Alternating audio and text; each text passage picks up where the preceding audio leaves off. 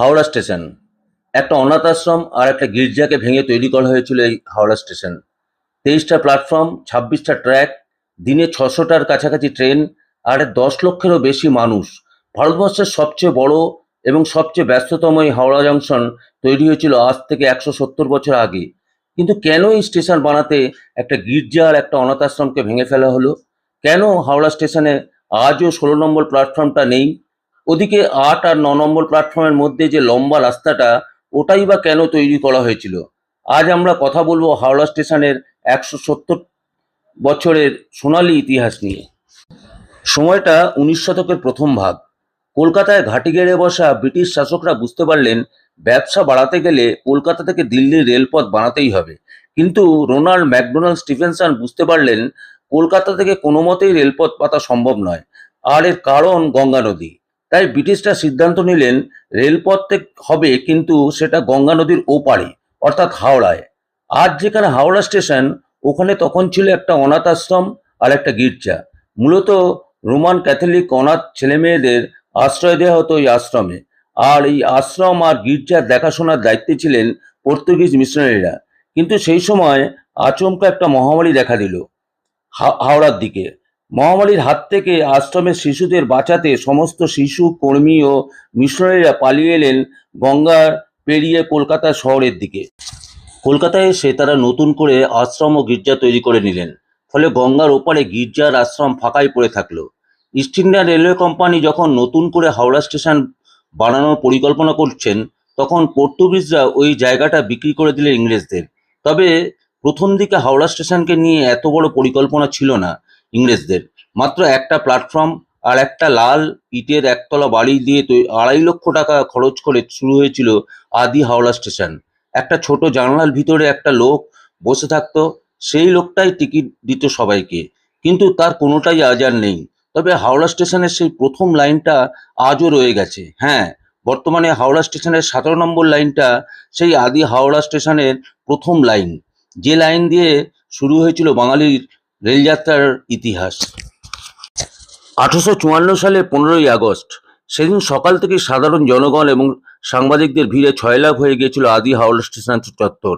কারণ বাঙালি অবাঙালি মিলে প্রায় 3000 জন মানুষ দরখাস্ত করে বসেছিলেন বাংলায় প্রথম রেলগাড়িতে চাপবেন বলে। তবে সেই রেলগাড়ি তৈরি করতে কম ঝক্কি পোহাতে হয়নি রোনাল্ড সাহেবকে। বাংলায় রেলগাড়ি তৈরি করার জন্য যে স্যাম্পেল ইংল্যান্ড থেকে আনা হচ্ছিল, সেই স্যাম্পেল সহ গুডলাক নামের জাহাজটি ডুবে গেল সাগরদ্বীপে। তারপর কলকাতায় দুটো 4 চাকা গাড়ির কোম্পানি মিলে তৈরি করেছিল সেই প্রথম রেলগাড়ির বগি। এদিকে যে জাহাজে চেপে ইঞ্জিন আসার কথা, সেই জাহাজ পথ ভুল করে চলে গেল অস্ট্রেলিয়ায়। তবে অবশেষে সেই রেলগাড়ির চাকা গড়ালো। মাঠ ঘাট কাঁপিয়ে ধোঁয়া ছাড়তে ছাড়তে সেই ট্রেন ছুটে চলল হাওড়া থেকে হুগলি। 24 মাইলের এই যাত্রাপথে মাঝে সে দাঁড়ালো 3টে স্টপেজে: বালি, শ্রীরামপুর আর চন্দননগর। ব্যাস, ওই 91 মিনিটের রেলযাত্রা জায়গা করে নিল ইতিহাসের পাতায়। বর্তমানে হাওড়া স্টেশনে গেলে দেখতে পাবেন একদিকে প্ল্যাটফর্ম নম্বর 1 থেকে 15, অন্যদিকে প্ল্যাটফর্ম নম্বর 17 থেকে 23। তাহলে মাঝে 16 নম্বর প্ল্যাটফর্মটা গেল কোথায়? আসলে এই 16 নম্বর প্ল্যাটফর্মের বদলে একটা পণ্য পরিবহনের ডেডিকেটেড লাইন রয়েছে হাওড়া স্টেশনের ভিতরে, আর এই লাইনটার নাম 0 মাইল। এই 0 মাইল লাইনটি থেকে কিন্তু আজ থেকে 170 বছর আগে হুগলি স্টেশনের উদ্দেশ্যে ছুটে গেছিল পূর্ব ভারতের প্রথম ট্রেন। কিন্তু বর্তমানে যাত্রীর সংখ্যা বাড়ার কারণে ভারতীয় রেল হাওড়া স্টেশনের সম্প্রসারণের পরিকল্পনা করে এবং 16 নম্বর প্ল্যাটফর্ম নির্মাণের কাজ শুরু হয়, যাতে ভবিষ্যতে আরও বেশি ট্রেন পরিচালনা করা যায়। হাওড়া স্টেশনে আরেকটি আকর্ষণীয় বিষয় হলো 8 আর 9 নম্বর প্ল্যাটফর্মের মধ্যে থাকা লম্বা রাস্তাটা। আচমকা একটা স্টেশনের মাঝে ওই লম্বা রাস্তা কেন? প্রশ্নটা কম বেশি সবার মধ্যেই এসেছে। তাহলে শুনুন। কলকাতার এই তীব্র গরমে ঠান্ডার দেশে বড় হওয়া ইংরেজ বাবুদের অবস্থা তখন খুব খারাপ।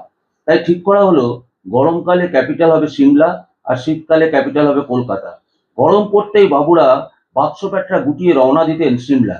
কিন্তু স্টেশনের বাইরে নেমে মালপত্র নিয়ে ট্রেন অব্দি যাওয়া সমস্যা। ঠিক হলো স্টেশনের ভেতরেই রাস্তা বানানো হবে।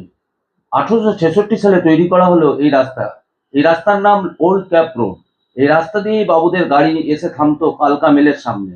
এই কালকা মেলের নাম তখন এখন নেতাজি এক্সপ্রেস। 1947 সালে ইংরেজরা ভারত ছাড়লেও আজও রয়ে গেছে এই রাস্তাটা। 1974 সালে ওল্ড হাওড়া ব্রিজ শুরু হওয়ার পর থেকেই চাপ বাড়তে থাকে হাওড়া স্টেশনের উপর। 1901 সালে ব্রিটিশ আর্কিটেক্ট হ্যালসে রিকার্ডো আজকের এই বিরাট হাওড়া স্টেশন বিল্ডিংটি ডিজাইন করেন, যা 1905 সালে সাধারণ যাত্রীদের জন্য খুলে দেওয়া হয়।